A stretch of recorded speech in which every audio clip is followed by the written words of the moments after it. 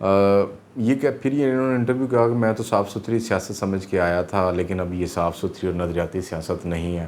بھائی جان اگر یہ نظریاتی سیاست نہیں تھی، صاف ستھری سیاست نہیں تھی تو آپ اتنا عرصہ کیا کرتے رہے؟ یہ جتنے بھی لوگ ہیں 9 مئی کے واقعات میں ملوث تھے یا 9 مئی کے بعد آ کے انہوں نے قبلے بدلے ہیں، مشرف با اسلام ہوئے ہیں، تو یہ اگر نظریاتی لوگ تھے تو یہ پہلے ہو جاتے، پکڑے جانے کے بعد نہ ہوتے۔ جو بھی شخص اسٹیبلشمنٹ پکڑ لیتی ہے یا مقتدر حلقے اٹھا کے لے جاتے ہیں، اس کے بعد وہ آتا ہے اور پریس کانفرنس کر دیتا ہے اور کہتا ہے کہ جی یہ صحیح نہیں ہوا، میں اس کے ساتھ نہیں ہوں، یہ نہیں ہوں۔ ڈر کے مارے کر رہے ہیں تو پھر آپ نظریاتی تو نہ ہوئے نا، نہ آپ پہلے پھر نظریاتی تھے نہ اب نظریاتی ہیں۔ اچھا جی،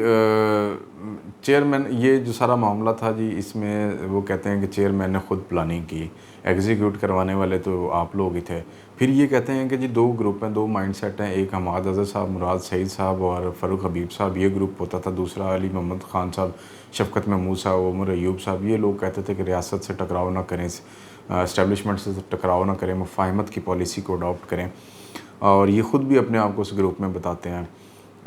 تو اگر یہ مفاہمت کی پالیسی پر چلنے والے لوگ تھے اور وہ نہیں تھے تو پھر انہوں نے یہ بھی کہا کہ جی وہ عمران خان صاحب ان کی بات بڑی سنتے تھے، ان کی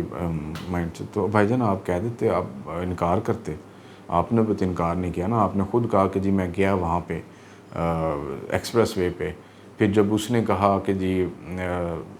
شہریار افریدی نے کہ جی ایچ کیو کی طرف جانا ہے تو پھر میں وہاں سے آ گیا، وہاں تک تو آپ اسی پالیسی کو فالو کرتے ہوئے گئے تھے نا، یا تو وہاں تک بھی نہ جاتے ہم۔ اچھا جی، وہ یہ کہتے ہیں کہ جی فوج پہ دباؤ ڈال کے رزلٹ حاصل کر سکتے ہیں۔ اچھا آج کے انٹرویو میں ایک بڑی خاص چیز یہ تھی کہ کوئی بھی جواب دیتے تھے نا تو کامران شاہد صاحب اس کو یہ کہتے تھے کہ عمران خان صاحب یہ چاہتے تھے، عمران خان صاحب کہتے تھے کہ یہ حملہ کرنا ہے، عمران خان صاحب کے سامنے میٹنگز ہوتی تھیں تو انہوں نے ہر وہ چیز جو فوج اور اس کے مخالف تھی اس کو عمران خان سے جوڑنے کی کوشش کی، شاید ان کا ٹاسک بھی یہی تھا، اور وہ کروانا بھی یہ چاہتے تھے کہ اس بیانیے کو کمزور کیا جائے جو عمران خان نے پبلک میں بنا لیا، وہ بیانیہ کمزور ہوگا تو نواز شریف بھی واپس آ سکیں گے اور الیکشن بھی جیت سکیں گے اور دوبارہ سے وزیر اعظم بن سکیں گے۔ اچھا آپ نے دیکھا کہ کامران شاہد صاحب کے ساتھ پہلے بھی جو انٹرویوز اور انفارمیشنز آتی تھی سب سے پہلے یہ بریک کرتے تھے،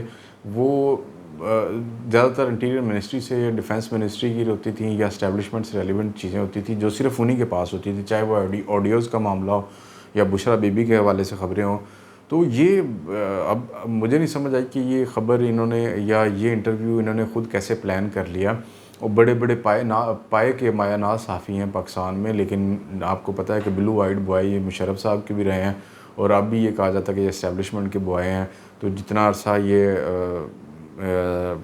عثمان ڈار صاحب اسٹیبلشمنٹ کے ہاتھ میں رہے، جب انہیں مناسب لگا تو انہوں نے ان کو انٹرویو دلوا دیا تاکہ ان کی بھی بلے بلے ہو جائے اور یہ بھی ایک اپنا وہ کہہ سکیں کہ جی دیکھیں جی میری کتنی ایکسیس ہے یا میرے پاس کتنے سورس ہیں یا میں کتنا ریسورسفل آدمی ہوں۔ اچھا جی، پھر انہوں نے کہا جی کہ اینٹی اسٹیبلشمنٹ بیانیہ نواز شریف عمران خان صاحب بناتے رہے، تو نواز شریف صاحب گزرا والے جلسے میں جنرل عرفان ملک اور جنرل باجوہ کا نام لیتے رہے، وہ بیانیہ نواز شریف نے بنایا۔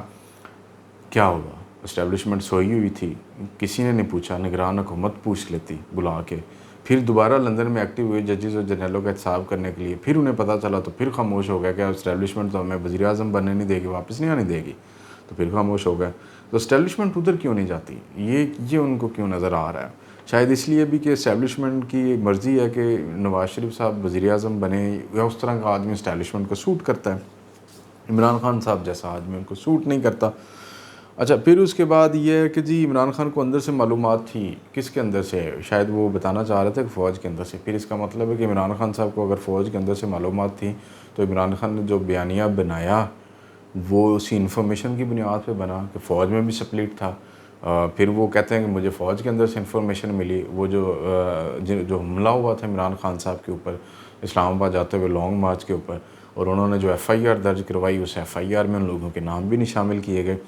تو اب یہ ثبوت ہے عثمان ڈار صاحب اس بات کا کہ عمران خان صاحب پہ جو حملہ ہوا اس کی جو انفارمیشن تھی وہ انہیں فوج کے اندر سے شاید ملتی تھی، وہ خود بھی یہ کہتے رہے اور اب بھی وہ یہ کہہ رہے ہیں۔ تو اس بات کو دیکھنا چاہیے، یہ تو عمران خان صاحب کا کیس سٹرونگ کر رہے ہیں، وہ کیس کمزور ہو رہا ہے جو اسٹیبلشمنٹ اور اس وقت کی حکومت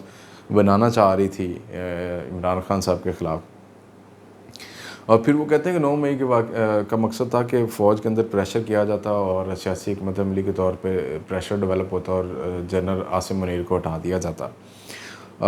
فوج کے اندر پریشر، میرا خیال ہے کہ یہ ایک عجیب سی بات ہے کہ فوج کبھی بھی ایسا نہیں کرتی کہ کبھی اپنے ریٹائرڈ فوجی جرنیل کے خلاف کوئی ایکشن کروائے. تو یہ تو پھر سٹنگ آرمی چیف تھے اور ایسا پاسبل نہیں ہوتا. یہ شاید ان سے گلوایا جا رہا تھا یا ان کو کہا گیا تھا کہ آپ یہ آ کے بیان دیں، تو انہوں نے وہ آ کے دے دیا. خیر اس کے بعد انہوں نے پارٹی چھوڑنے کا بھی اعلان کر دیا